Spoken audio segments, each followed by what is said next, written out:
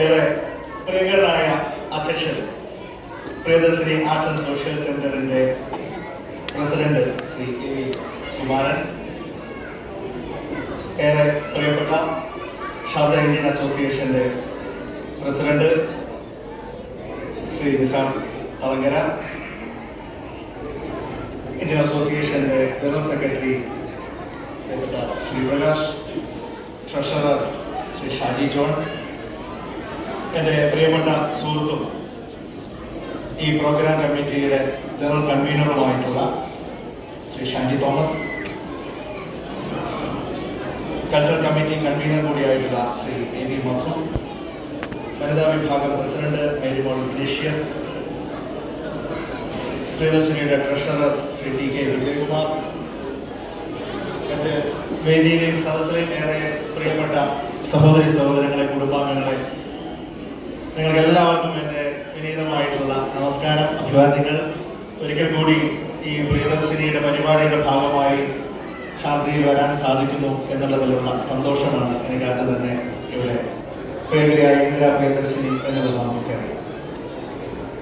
അങ്ങനെ ഇന്ത്യയും യു എയും തമ്മിലുള്ള ബന്ധം എത്രയോ പതിറ്റാണ്ടുകൾക്ക് മുമ്പ് ഈ രാജ്യത്തിന്റെ ഇന്നത്തെ രൂപത്തിലുള്ള രൂപവൽക്കരണത്തിന്റെ തുടക്കകാലം തൊട്ട് ഇതേപോലെ സുദൃഢമായി നിലനിർത്തിയത് അത്തരത്തിലുള്ള ഭരണാധികാരികൾ തമ്മിലുള്ള ആശയപരവും മാനസികവും വ്യക്തിപരവും ഒക്കെ ആയിട്ടുള്ള അടുപ്പത്തിന്റെ കൂടി അടിസ്ഥാനത്തിലാണ്.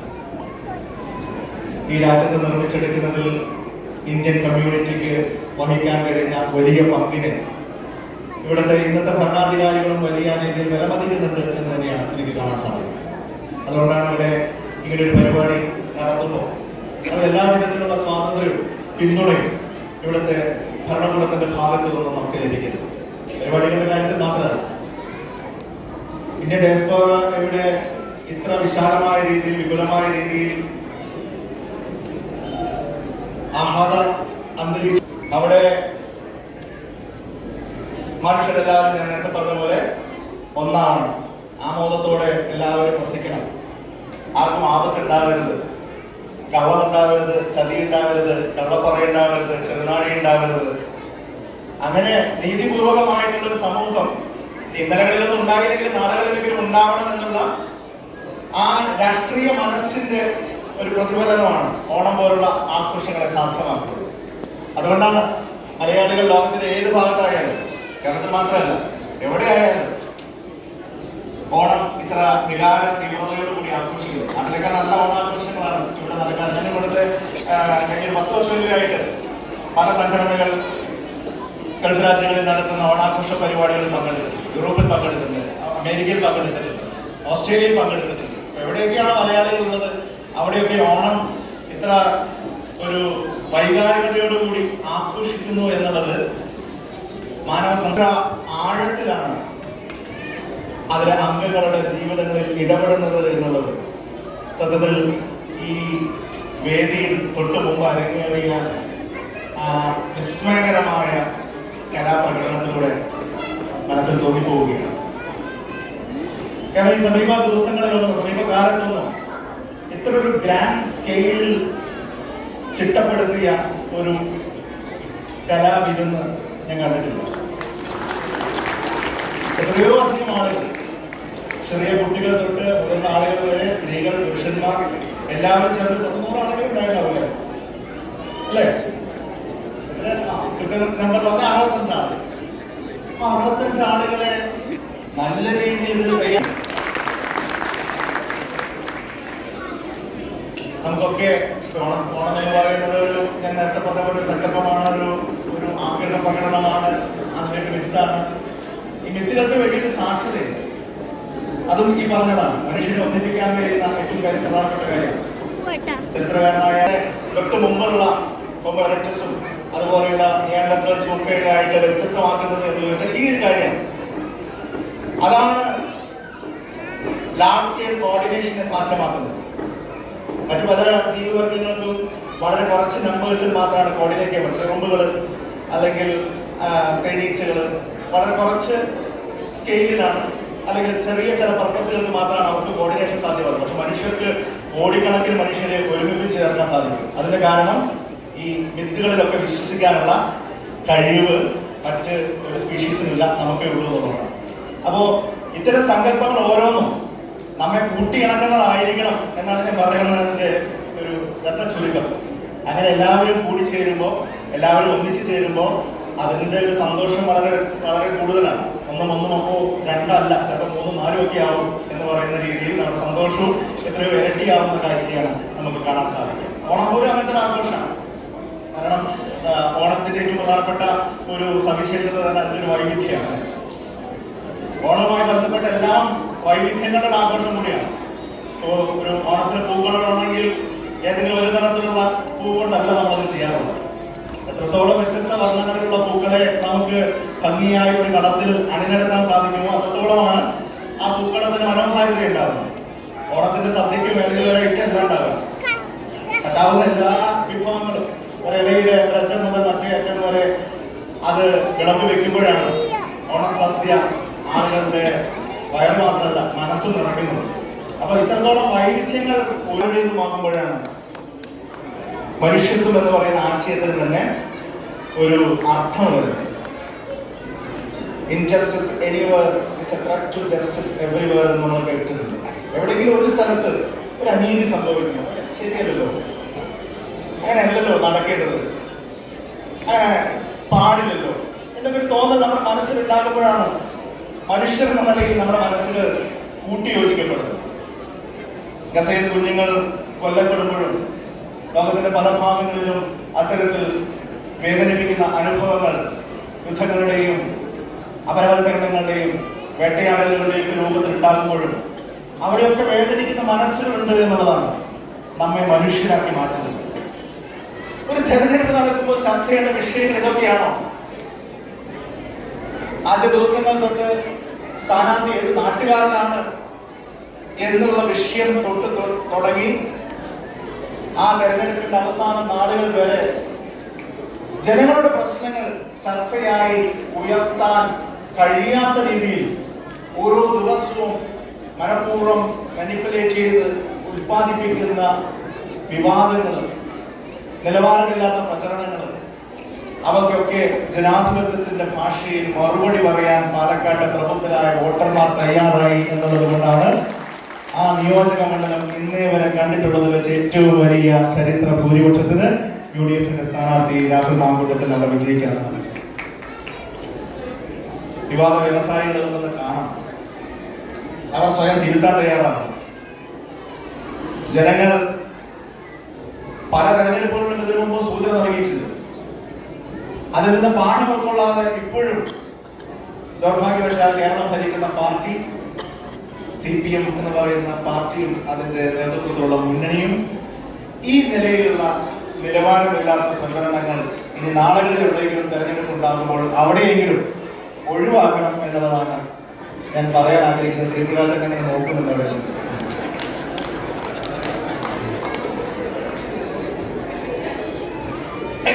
അദ്ദേഹം പോലും മനസ്സുകൊണ്ട് അംഗീകരിക്കുന്ന യാഥാർത്ഥ്യമാണെന്ന് എനിക്കറിയാം. നമ്മൾ സെറ്റ് ചെയ്ത ബെഞ്ച് മാർക്ക് എന്ത് എന്നുള്ളത് വളരെ പ്രധാനപ്പെട്ട കാര്യമാണ്.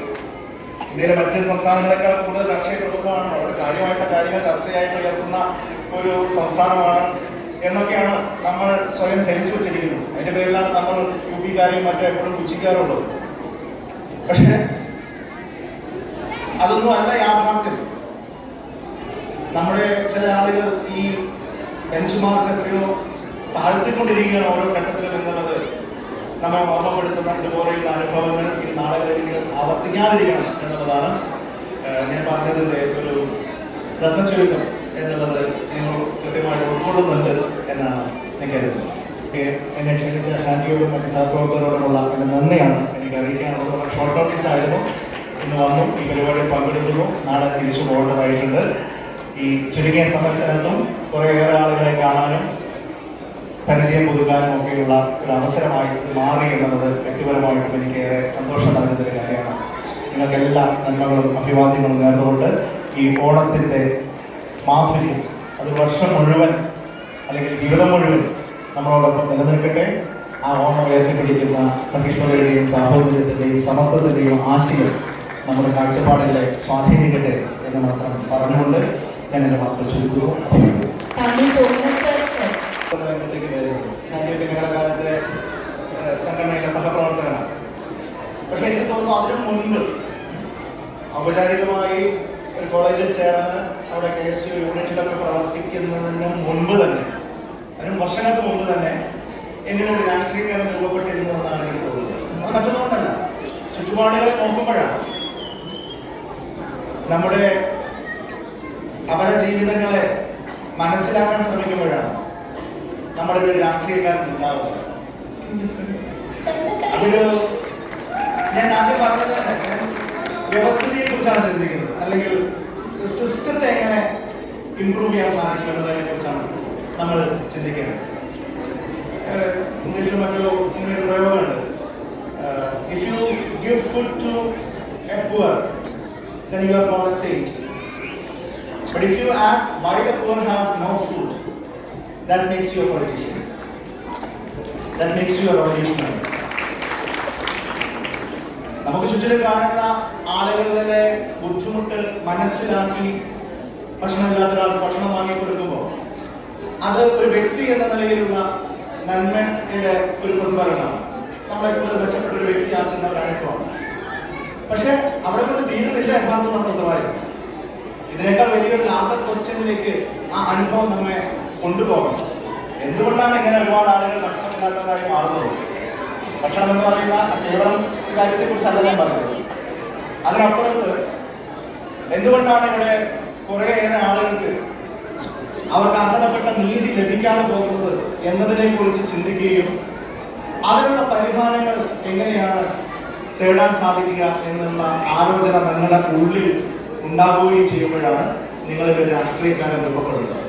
അപ്പോൾ രാഷ്ട്രീയക്കാരൻ എന്ന് പറയുമ്പോൾ ഏതെങ്കിലും രാഷ്ട്രീയ പാർട്ടിയുടെ ഭാഗമായി പാർലമെന്ററി രംഗത്തോ ഒക്കെ പ്രവർത്തിക്കുന്ന ആളുകൾ എന്നുള്ളതിൽ മാത്രം കാണേണ്ടതായിട്ടില്ല.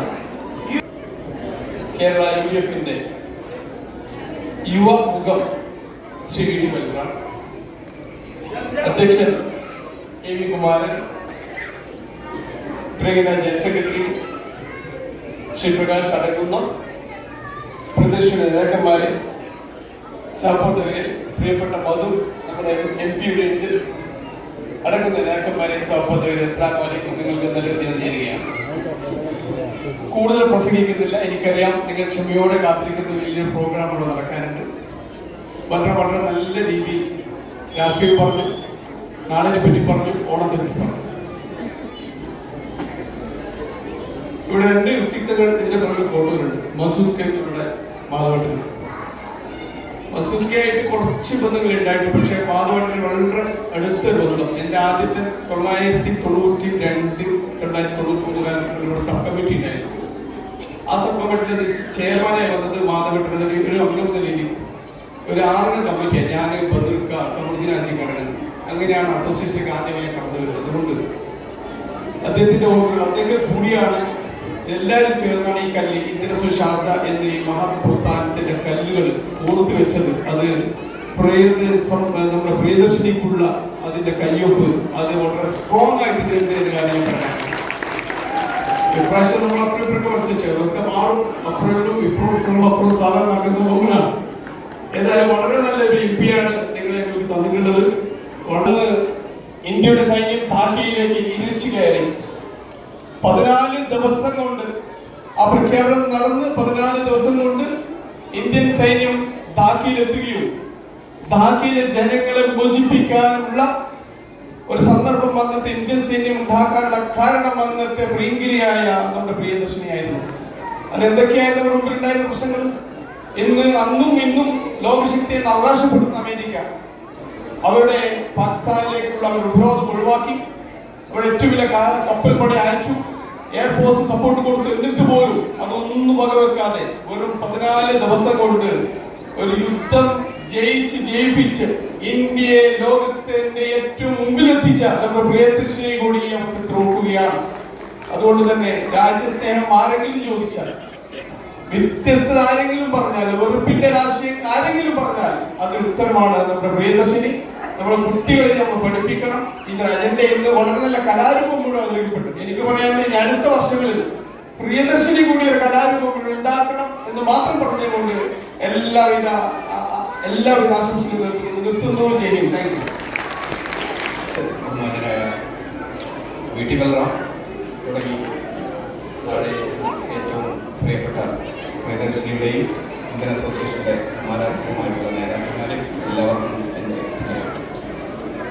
നിങ്ങൾ പ്രതീക്ഷിക്കുന്ന ഒരു കാര്യം ഉണ്ടാവും. ഞാനിപ്പോഴാണ് ഒരിടത്ത് കയറി വന്നപ്പോൾ പറഞ്ഞത്, നീ എന്ത് പറയും അല്ലേ ചോദിച്ചത്. നിങ്ങളിപ്പോൾ എന്താ പറയുക, ഞാനിവിടെ രാഷ്ട്രീയം പറയുമോ എന്നായിരിക്കും നിങ്ങൾ ചോദിച്ചില്ല. ആ പറഞ്ഞതിൻ്റെ പിന്നാലെ ഞാൻ എന്തെങ്കിലും രാഷ്ട്രീയം പറയുമോ എന്ന് പ്രതീക്ഷിക്കുന്നവരുണ്ടാവാം. പക്ഷെ ഞാൻ പറയില്ല. കാരണം എവിടെയാണത് പറയേണ്ടത് എനിക്ക് കൃത്യമായിട്ട് അറിയാം. ഞാനെന്തായാലും പറയും. പക്ഷെ അദ്ദേഹം പറഞ്ഞതിൽ നിന്ന് ഒന്ന് രണ്ട് കാര്യങ്ങൾ എടുക്കണം എന്ന് ഞാൻ ആഗ്രഹിച്ചു. പക്ഷെ അത് കൂടുതലെടുക്കാൻ പറ്റുമെന്ന് എനിക്കറിയില്ല. കാരണം വർത്തമാനം പറഞ്ഞുകൊണ്ടിരിക്കുന്നതിൻ്റെ ഇടയിൽ പുറകിൽ നിന്ന് നമ്മുടെ നാട്ടിലൊക്കെ ഈ കായക്കള പഴുക്കാൻ വയ്ക്കുമ്പോൾ പുകയ്ക്ക് വയ്ക്കും എന്ന് പറയും. അതിന് ഇടയ്ക്കിടയ്ക്ക് പുക തരുന്നുണ്ട്. എന്താ വെച്ചാൽ എണീറ്റ് പോകണം എന്നാണ് പറയുന്നതിൻ്റെ അർത്ഥം എന്ന് നമുക്ക് മനസ്സിലായി. 2 വട്ടം പുക അടിച്ചു, പക്ഷേ എന്നിട്ട് എണീക്കുന്നില്ല. ഇനിയും പുക അടിച്ചു കഴിഞ്ഞാൽ ചിലപ്പോൾ എന്തെങ്കിലും പറ്റിയോ എന്നുകൊണ്ട് ഞാൻ ആദ്യം എണീക്കുന്നു. ഞാൻ കൂടുതൽ പറയുന്നില്ല. അദ്ദേഹം പറഞ്ഞതിൽ നിന്ന് ഒന്ന് രണ്ട് കാര്യം മാത്രം പറയാം. ബഹുസ്വരതയുടെ മാധുര്യം എന്ത് എന്ന് വളരെ കൃത്യമായി മനസ്സിലാക്കിക്കൊണ്ട് പ്രവർത്തിക്കുന്ന ഒരു സമൂഹത്തിന്റെ ഇടയിൽ നിന്ന് ജീവിക്കാൻ കിട്ടിയ സൗഭാഗ്യത്തെ ഞാൻ പ്രിയദർശിനിക്കൊപ്പം നെഞ്ചോട് ചേർത്ത് വയ്ക്കുന്നു എന്നാണ് എൻ്റെ ആശയം. രണ്ടാമത്തേത് മറ്റൊന്ന് പറയാനുള്ളത്, ഉണ്ടെങ്കിൽ പറയും എന്ന് എനിക്കറിയാം. രേണുക എന്നൊരു കവിതയുണ്ട്. പിരിയുമ്പോഴേതോ നനഞ്ഞ കൊമ്പിൽ നിന്ന് നിലതെറ്റി വീണ 2 ഇലകൾ നമ്മൾ എന്ന് പറയും. പ്രിയദർശിനി ഞങ്ങളുടെ കൂട്ടത്തിൽ ഉണ്ടായിരുന്നതാണ്. പക്ഷേ പിരിഞ്ഞു വീണ സമയത്ത് 2 ഇലകളായി മാറിപ്പോവുകയും 2 വഴികളിലേക്ക് തിരിഞ്ഞു പോവുകയും ചെയ്തതാണ്. പക്ഷേ അടുത്ത കാലത്ത് ഏതായാലും അത് മാറി തീരും, വീണ്ടും ഒരേ വഴിയിലേക്ക് തന്നെ എത്തിച്ചേരുമെന്ന പ്രതീക്ഷയും എൻ്റെ മനസ്സിലുണ്ട്. മൂന്നാമത്തത് ഒരു പോയിന്റോടെ പറഞ്ഞിട്ട് കൂടുതൽ പറയില്ല.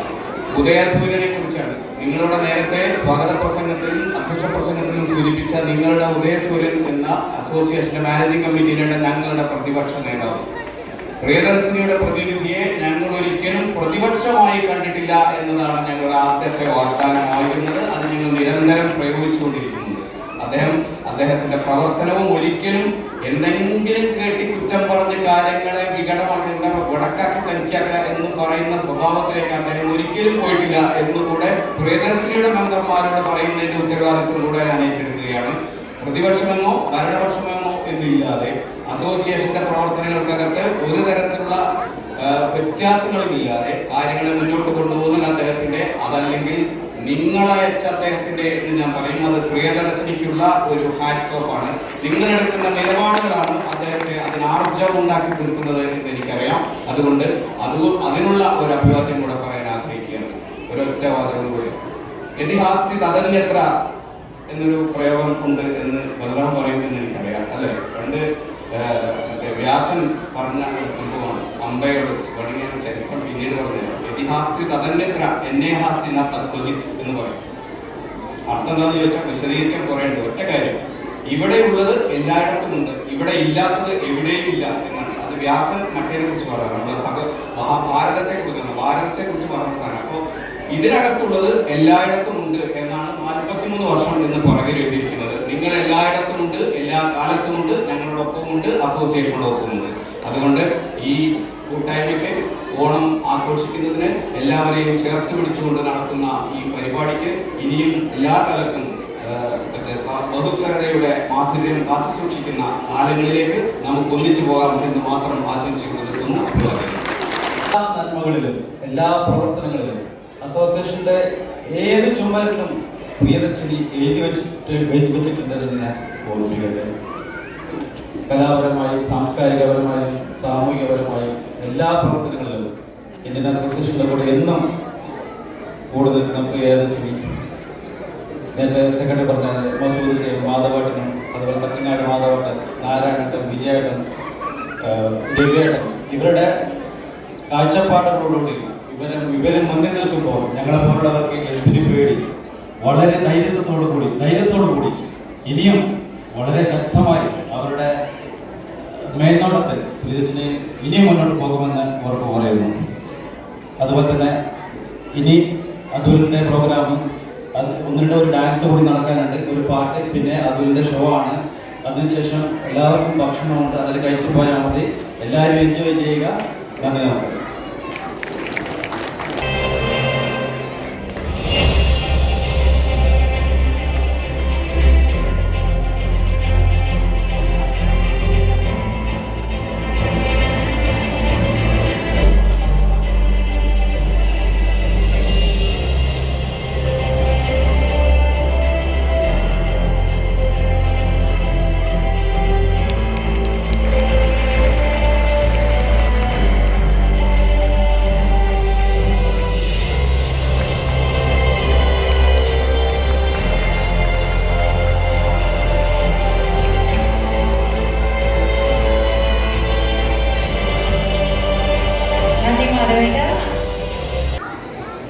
ആദരണീയനായ വിശിഷ്ടാതിഥി ശ്രീ വി ടി ബൽറാം,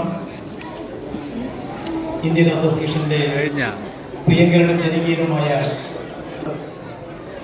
ജീവകാരുണ്യ രംഗത്തും കലാകായിക സാംസ്കാരിക രംഗത്തും തന്റേതായ വ്യക്തിമുദ്ര പതിപ്പിച്ച ഒരു പ്രസ്ഥാനമാണ്. ഷാർജ ഇന്ത്യൻ അസോസിയേഷന് ഒട്ടനവധി പ്രതിഭാധനരായ നേതാക്കളെ സംഭാവന ചെയ്ത ഈ പ്രസ്ഥാനം നമ്മുടെ ഏവരുടെയും പ്രിയങ്കരനായ മൺമറഞ്ഞു പോയ ശ്രീ പി എം മസൂദ് ഖാൻ, അതുപോലെ ശ്രീ എം കെ മാധവേട്ടൻ, ശ്രീ എം കെ വിജയേട്ടൻ, ഒട്ടനവധി പേര്, ഞാൻ പേരെടുത്ത് ഒട്ടനവധി ആൾക്കാരുടെ പേരുകൾ പറയാറുണ്ട്, പക്ഷേ അതിനുള്ള സമയമില്ല.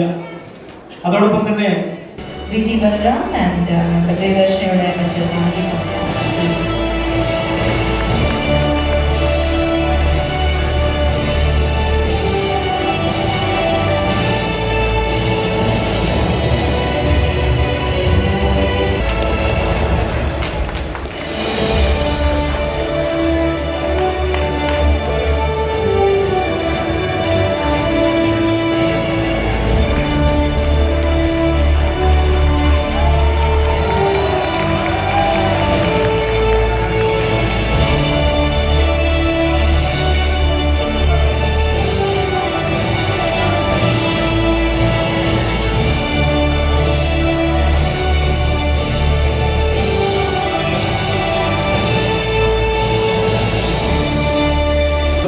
അഭിമാനത്തോടു കൂടിയാണ് നിൽക്കുന്നത്. പ്രിയദർശിനിയുടെ ആരംഭം മുതൽ തന്നെ ഇതിന്റെ ഒരു പ്രവർത്തനം എന്ന നിലയിൽ അഭിമാനമുണ്ട്. അതോടൊപ്പം ഒറ്റ കാര്യം എനിക്ക് പറയാനുള്ളത്, ഇന്ദിരാഗാന്ധിയുടെ 1954 ഒക്ടോബർ 31 തീയതി മരണപ്പെട്ട വിവരം ഞങ്ങൾ അറിയുകയും BMW ഷാർജ ഇൻഡസ്ട്രിയിലെ BMW നിന്ന് ചെറിയൊരു Shri V T Balram.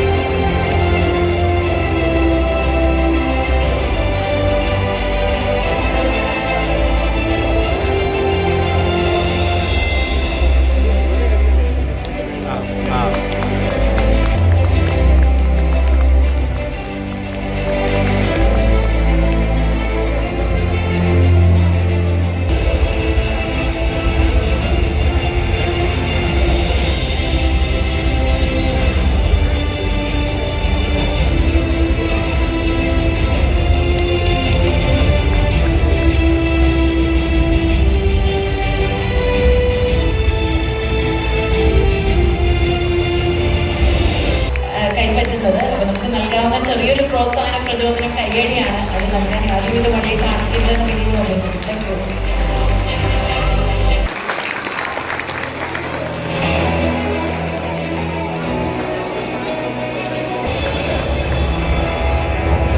Master Mohan Hamdan, son of Sharafuddin. അടുത്തതായി master Aditya Dev, son of mister Madhu. Congratulations. അടുത്തതായി master Sayooj Ullas.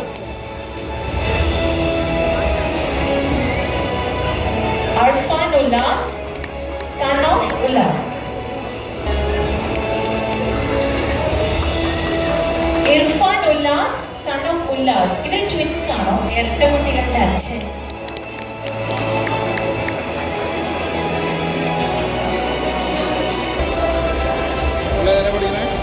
Congratulations.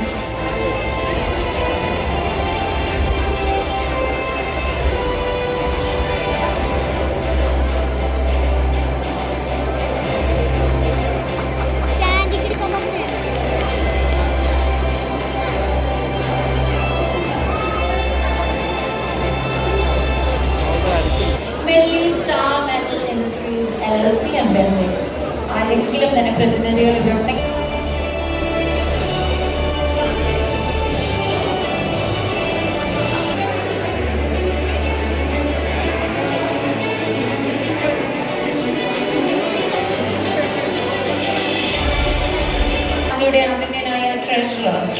Shaji John.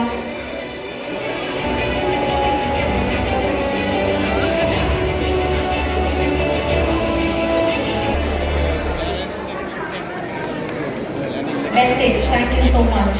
Thank you so much for all the support.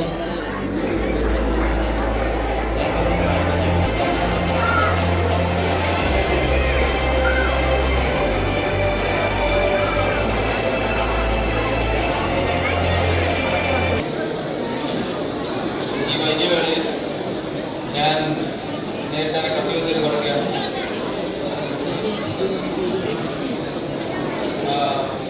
ആദ്യമായി നമ്മുടെ ക്ഷണം സ്വീകരിച്ചെത്തിയ